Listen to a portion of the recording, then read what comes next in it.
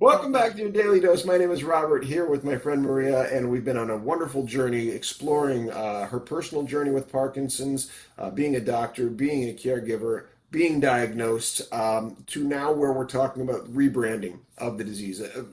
Truthfully, an exciting time, I think, in Parkinson's because you did a great job of talking about the 200-year-old understanding of it from Dr. Parkinson's shaking palsy essay to now saying, wait a minute, we need to look at this in modern terms. And one of the ways I think we can do that in a very powerful way, and it was presented at the All In, was through the film The Only Day We Have, right? And you were part of this film.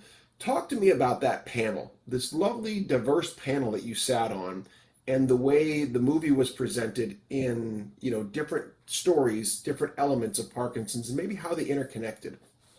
Yeah, that was a wonderful experience, and I'm so thankful for Vanessa for having included me in part of this because, again, this brought the light that not only older people with Parkinson's have it, but also young people who are still in the mid of their life careers, just starting to take off. They're just starting families and so on, but very diverse as well. We're all men, women, different ethnicities, different religions, so everybody is involved and everybody can be affected by this, and not only the people that have the disease, but how it impacts the families and how everybody copes with it, but also how everybody, again, we were talking about how everybody uses their personal talents and skills to bring in that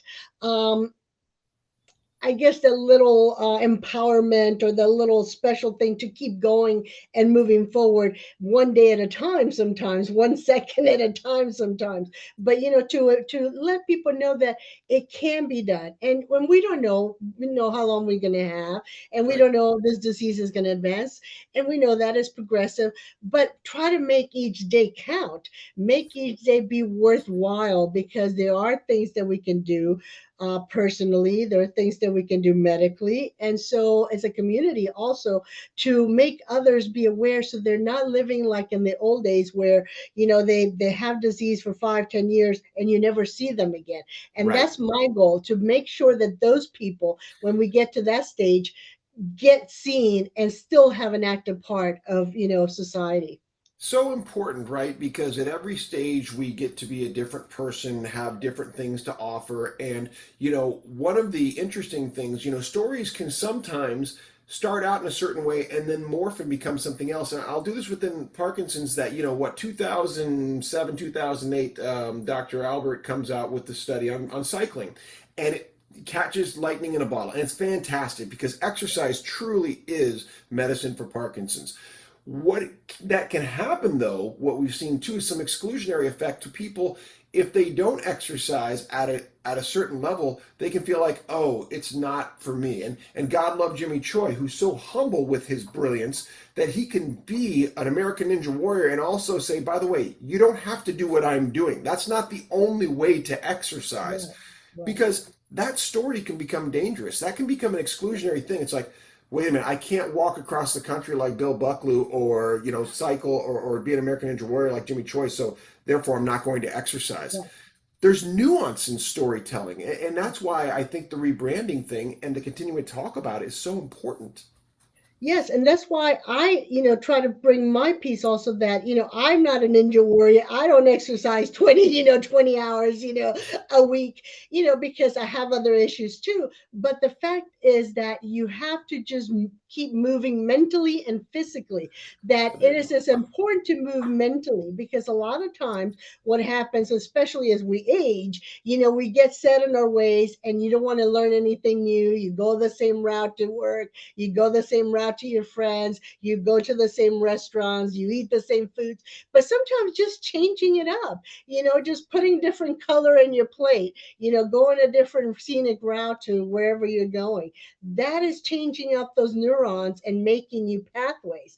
And that's what I started. And it's funny because right around the time I had started to have symptoms, I was very much involved with this movement and rechanneling our neurons for stroke because at that time when I started working still people had the same belief that, well, they had a stroke, sorry, that's it, it's done, it's over, we don't do anything.